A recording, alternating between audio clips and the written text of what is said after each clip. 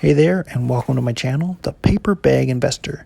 Today, I saw an article from Bloomberg that says Honda joins Fiat in paying Tesla for Europe CO2 compliance. And in this video, I just want to share my quick thoughts about this. So let's get into it. Now, I want to be totally honest. I absolutely love Tesla. I think the future value of Tesla will be much higher than it is today. But I am not a personal financial advisor. I'm a guy with a paper bag on his head who loves investing and thinking about the future. And if you love investing and thinking about the future, I encourage you hit that subscribe button down below and follow along, become a better investor with me. Okay, so back to this article. It says Honda joins Fiat in paying Tesla for Europe CO2 compliance. So basically what's happening is that different geographic areas are setting mandatory CO2 standards that need to be met for automakers that are ramping up over time. And Tesla, because their cars are fully electric and not polluting, they're kind of above the standard. So other automakers can essentially pool their vehicle pool, which are polluting vehicles, with the Tesla pool and pay Tesla an agreement for that. And then because of that, kind of the average pollution of all those vehicles then meets the regulatory requirements of the jurisdiction. And so the article here is saying that Tesla is actually expected to bring in $1.2 billion from regulatory credits this year alone. And it goes on to say it's not very clear how much money Honda is paying to join a pool populated by Tesla's all-electric fleet. But then it says, as I mentioned, that selling regulatory credits has been a big boon to the Model 3 maker, bringing in almost $1.2 billion of revenue this year.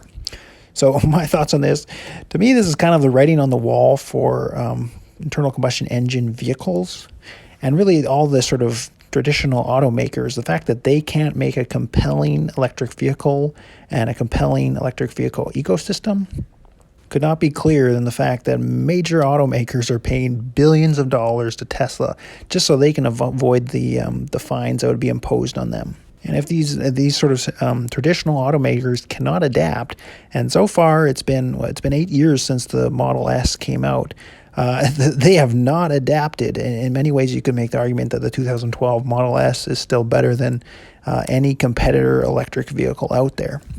So the fact that they cannot adapt in any way and comply with these CO2 conditions just shows me that it's not going to end well for traditional automakers. Global warming is not going anywhere, and so the need to comply with these CO2 standards is also not going anywhere. If anything, that will ramp up over time across the whole world.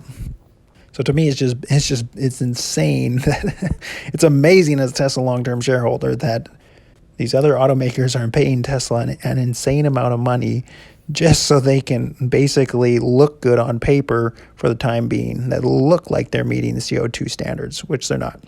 So again, to me, as a Tesla long-term shareholder, this is excellent news. And it's really just going to accelerate the success of Tesla and the failure of traditional automakers. And I don't see other automakers really just suddenly making an electric vehicle that somehow perfectly competes with Tesla, just because other automakers basically have a lot of bureaucracy and their skill set and ability is centered around A, manufacturing, and B, the internal combustion engine. And manufacturing is important, but you're manufacturing a very, very different vehicle with an electric vehicle. And internal combustion engine doesn't matter at all. So they're going to have a lot of just overhead and basically wasted talent that's hanging around at these companies. Fortunately, this talent, and unfortunately for them at least, this talent and knowledge about the internal combustion engine will not be important for them in the future going forward for the success of their company. So I just don't see these other automakers, traditional automakers that is, such as Honda here selling the Honda E and really making a compelling electric vehicle that's more compelling than a Tesla.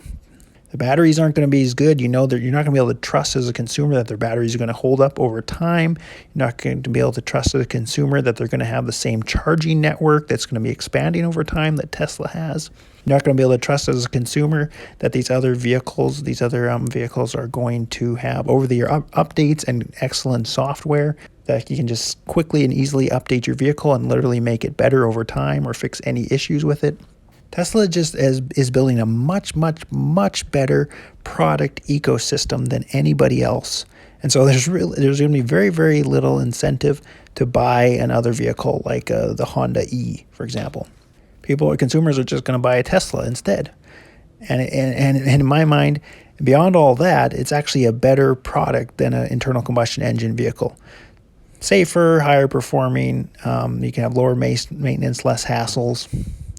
So again, this is all just, to me, it's funny to me that this is not completely obvious to many people, but it's not. It's really not. Still a very small niche of people that understand this transition that's going to happen, and examples like this where Honda, again, that people are paying billions of dollars to Tesla just so they can, on paper, meet these CO2 standards, and Honda's that only is going to increase over time because Honda is also joining them now with that.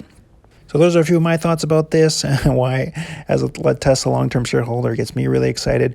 Love to know what you guys think in the comments down below. If you enjoyed this video, you got value out of it, please hit that subscribe button, follow along, become a better investor with me. While you're at it, hit that thumbs up. It really helps me out, helps my channel grow. So thank you so much for watching. Have a great day.